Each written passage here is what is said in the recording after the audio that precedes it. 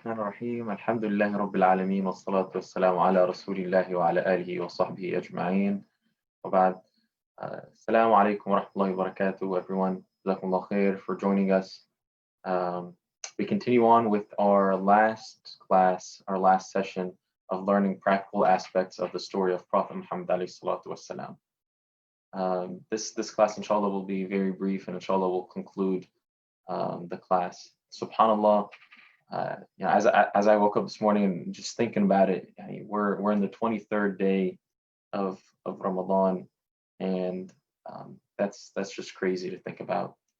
23 days have passed by, and honestly, I haven't felt it. I haven't felt that 23 days have passed by, and we only have like 6-7 days left. So it's, SubhanAllah, we wait for Ramadan a whole year. And this time it has gone by very fast, so it's important for us to take advantage of these last couple hours. So I encourage us all to do so. So inshallah today we'll continue on. I'll just give a brief class for the last attribute that we'll discuss, and then in the end just a few closing remarks. Bi'idhnillah azza wa jal. So inshallah, we'll talk about the attribute of adil, or having that absolute fairness and justice that was very apparent and displayed in the story of Prophet Muhammad alayhi salatu wasalam. He was the most just human being. He was absolutely fair for everyone, regardless of gender, age, status, family. He was fair when it came to his family, when it came to his wives, even when it came to himself. And that's something very important for us to take into account in all affairs of our life, whether it's religious affairs or even in our workplaces and our schools, to be very fair when it comes to judging between people, to be very fair when it comes to treating someone the way they treated you, and such.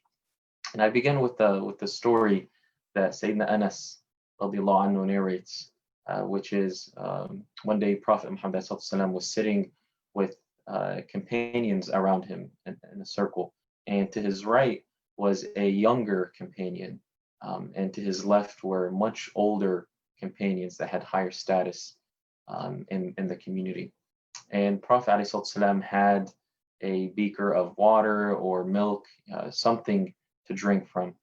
And at this time, knowing the sunnah of Prophet Muhammad ﷺ, which is to start with the right, he looked to his right, looked at the younger Sahabi and said, "May I serve those that are on the left first?" So he asked him, "Is that something that you allow me to do? Because out of fairness, out of justice, it's to start with the right." And then the young companion said, "No, I do not want to give away this blessed opportunity of taking from your hand first." So Prophet ﷺ handed him the drink first, because that's his right. And regardless of age or status, that was the fairest thing to do, and that's what Prophet ﷺ did. So it's very important for us to learn from that example, from other examples as well. Another example is during the Battle of Badr, where Prophet ﷺ was getting the lines of the battle ready, making sure that each of the Sahaba were standing in a straight line. He would go across the line and make sure everyone's standing, right next to one another. And then one of the Sahaba, his name was Sawad ibn Ghaziya, he was standing just a little ahead of the other companions. So the Prophet ﷺ had, like a stick or, like a rod or a stick in his hand, and he just nudged him back so he could go back and become part of that line. So then this companion, he told Prophet ﷺ that he got hurt when Prophet did that. And he said, I want to take my right. So Prophet ﷺ said, absolutely, take here. And he gave him the rod and he said, now it's for you to take your right on me. So then the companion said, when you hit me, Ya Rasulullah, my stomach was showing, it was uncovered. and I want the same thing. I want to hit you just like you hit me. So Prophet ﷺ uncovers his stomach, and he tells him, you have your absolute right to hit me right now. So then this companion, instead of hitting the Prophet ﷺ, he comes very close and he hugs him. He puts his body to the body of Prophet Muhammad ﷺ. He hugs him very, very, very tightly. And the Prophet asks the companion, why did you do so? And he tells him that we're approaching a battle against the disbelievers, and I don't know what will take place, whether I'll die or stay alive. And he said, I want the last thing before that happens is for my body to be in contact with yours. So what a lovely story to hear from the Sahabi. But then also this demonstrates, regardless of Prophet's status, him being the best of mankind, he, someone else, like you can imagine a king or a ruler, if someone were to say that, he'd probably tell the people around him, take him, get him out of my face. He'd scold him. But as you heard, Prophet ﷺ, he took the time and he said, take the rod, take your right. And not only that, but he lifted his shirt so that it would be absolutely fair and just between Prophet ﷺ and this companion. And the last story that I'll mention, which is the story of narrated by or found in the books of Seerah for Ibn Hisham and Ibn Kathir, where they mention a story where a man who's foreign to Quraysh or foreign to Mecca comes to Mecca, and he has camels with him, and he sells a camel to Abu Jahl, and Abu Jahl, he does not pay him back soon, so he takes his time in paying him back. So then this man, he goes to the people in Mecca, and he asks a group of people, this and such and such and such has taken place. This man is not giving me back my money. Who can give me back my right? I'm a weak man. I can't do this myself. So then these leaders of Mecca, the disbelievers, they see Prophet ﷺ sitting down close to the Kaaba, and they say, go to this man, go to Muhammad ﷺ, go to him, and he'll take your right for you. But they're saying in a way where they're intending harm. They're making fun of the Prophet ﷺ. They're joking. They're saying in a manner that this man obviously will not be able to get your right from Abu Jahl, one of the strongest men in Mecca, and there's a dispute between them. So he's not going to be able to get you his right. But they're laughing and such, and they just want to see it take place and see what happens. So then the man, he goes to the Prophet ﷺ, and he says, Abu Jahl hasn't paid me back. And they told me that you'd be able to take my right. So please, if you can help me, I'm in dire need of your help.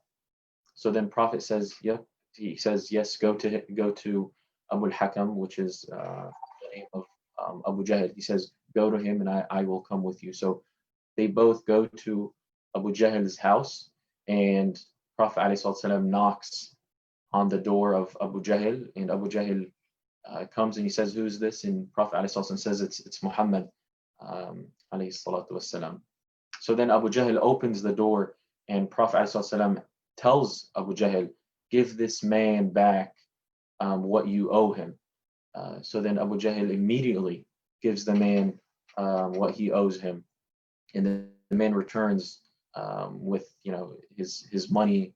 So then the people, they see those disbelievers in Mecca, they see the man, and they tell him what happened, and he says, Muhammad ﷺ went and he told him to give me back what he owes me, and that's exactly what he did.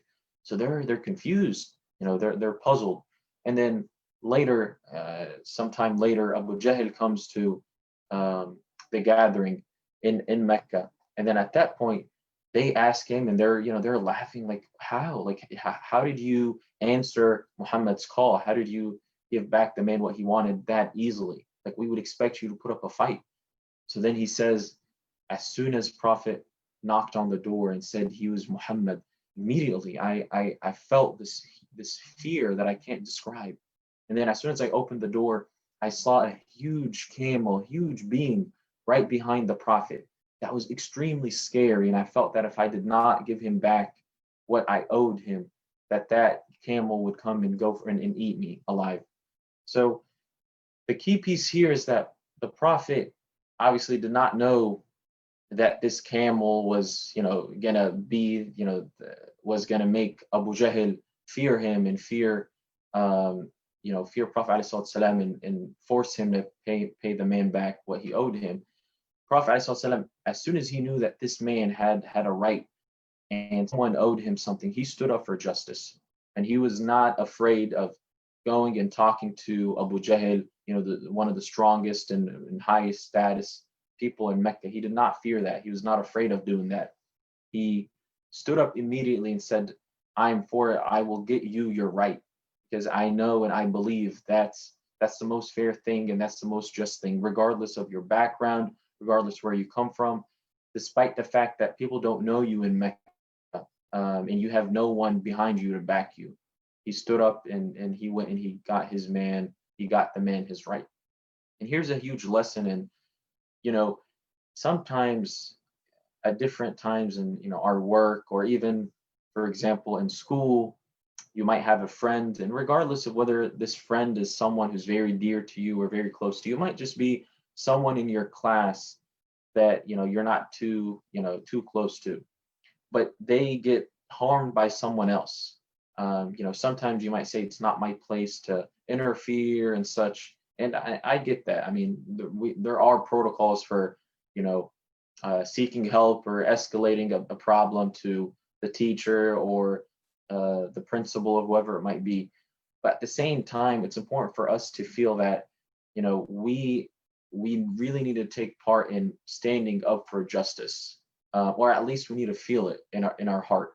Another example is, let's say you're, I don't know, you're at a soccer game or at a basketball game, just a pickup game, and you see someone get fouled, and they got fouled, but they got fouled by someone who's maybe stronger or older.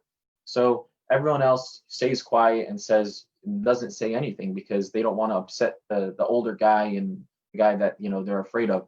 But at this time, it's we should have that courage to stand up and say, no, that was a foul, and have that will and have that justice and fairness in mind. So those were just a couple of stories during the time of Prophet ﷺ that we can learn from, and really take that and implement that in our lives.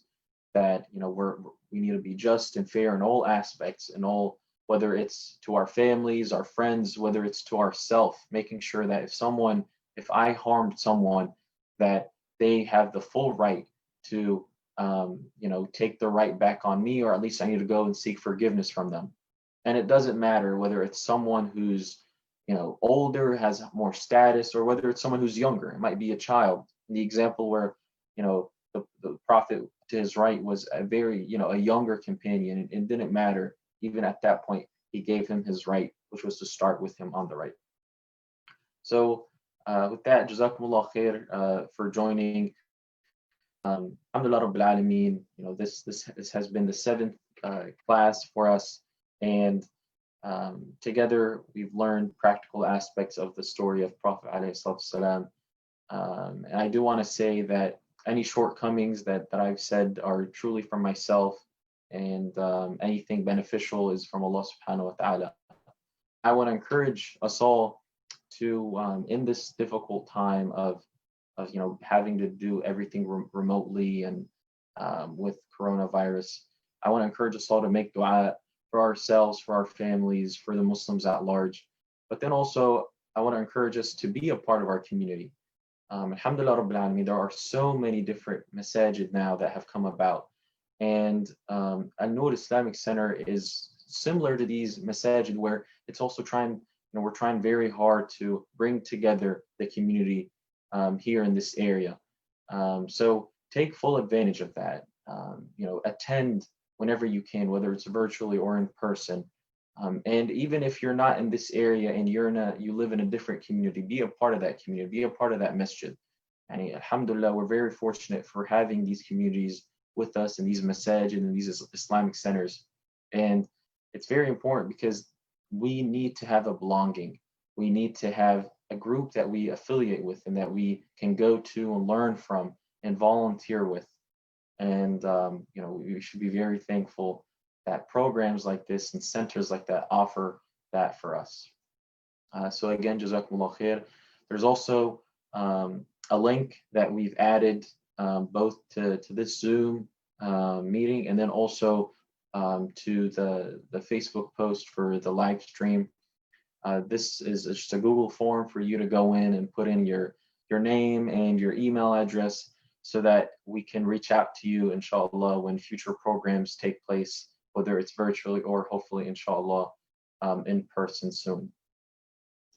So again, barakallahu feekum, and I hope that we're all able to take advantage of these last few hours and moments and days of Ramadan, and I hope that Allah subhanahu wa ta'ala returns it to us in the best health, and that we seek His forgiveness and His pleasure.